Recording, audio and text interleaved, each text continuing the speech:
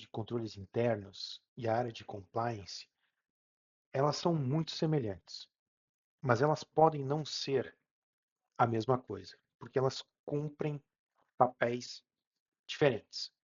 Embora ambas as áreas estejam na segunda linha de defesa, lembrando, tem a primeira linha de defesa, que são as áreas operacionais, tem a segunda linha de defesa, que são as áreas de verificação, e tem a terceira linha de defesa, que faz a auditoria, certo? Então, tanto a área de compliance quanto a área de controles internos, são áreas da segunda linha de defesa, né?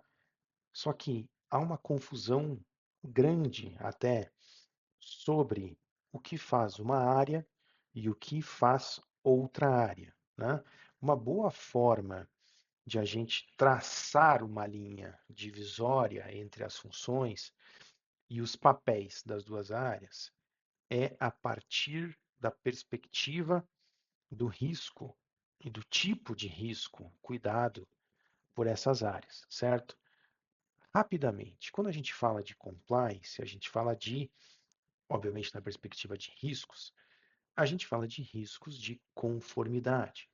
Esses riscos de conformidade são derivados das situações em que a empresa pode não cumprir as regras aplicáveis às suas atividades.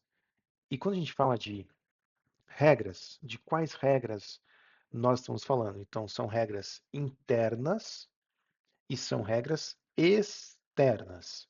Exemplo de regras externas: lei, legislação, ou até para empresas que são reguladas, a regulação, certo? Então, uma lei, por exemplo, LGPD, certo? Código de Defesa do Consumidor, isso são regras externas, né?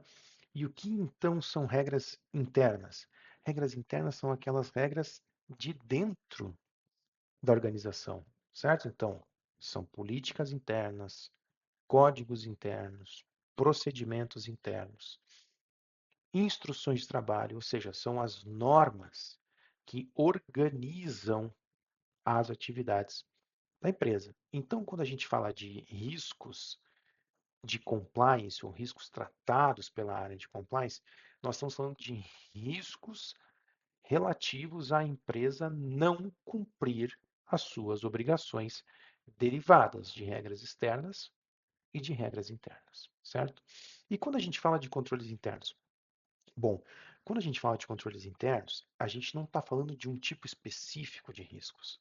Pelo contrário, a gente está falando da gestão de riscos na organização, independentemente de serem riscos de uma área ou riscos de outra área, né?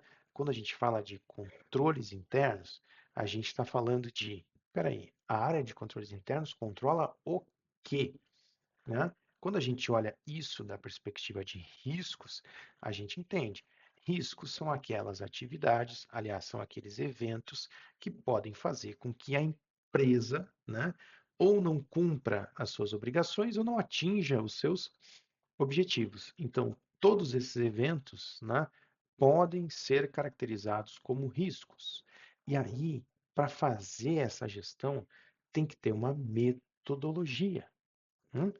Qual é o framework aplicável, né? A empresa vai decidir. Se ela não é regulada e, portanto, não tem que cumprir determinadas regras sobre gestão de risco, ela vai adotar o seu framework, aquele que melhor se adequa às suas atividades. Então, quando a gente fala de controles internos, a gente está falando de um sistema de gestão de riscos da organização. Esse sistema, quanto mais integrado, melhor. Quanto mais capilarizado na organização, melhor.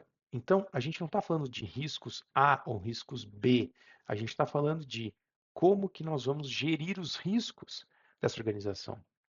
Qual é a metodologia? Qual é o papel das áreas nessa gestão de riscos? Então, pela perspectiva de riscos, é assim que a gente pode diferenciar o que é compliance e o que é controles internos. Quer ver um exemplo prático?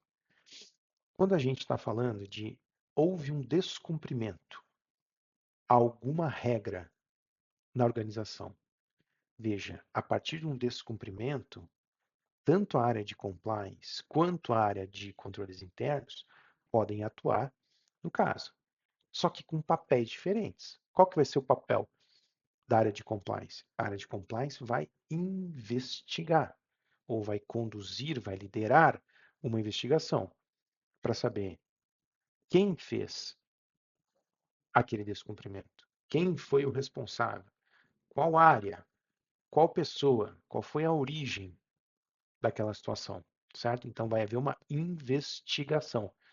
Ao final dessa investigação, pode ser que a área de compliance entenda, olha, fulano, né, este profissional, por exemplo, descumpriu a regra, ou deveria fazer alguma coisa e não fez, ou deliberadamente, né, descumpriu essa regra, certo? Pode haver uma recomendação aqui, portanto, de uma punição. De outro lado, o que faz controles internos a partir desta mesma situação? Controles internos vai entender. Espera aí, tinha controle ou não tinha controle para aquela atividade? O controle estava em funcionamento ou não? Se estava em funcionamento, este controle é efetivo? Este controle se destina a mitigar ou a controlar aquele evento? Sim ou não? Veja que aí são atividades, tanto de uma área quanto de outra, são atividades que, obviamente, se complementam, mas não são as mesmas, né? Então, a partir da perspectiva de risco, a gente consegue fazer de uma forma mais clara e na prática a diferenciação entre o que é papel e responsabilidade de compliance e o que é papel e responsabilidade da área de controles internos.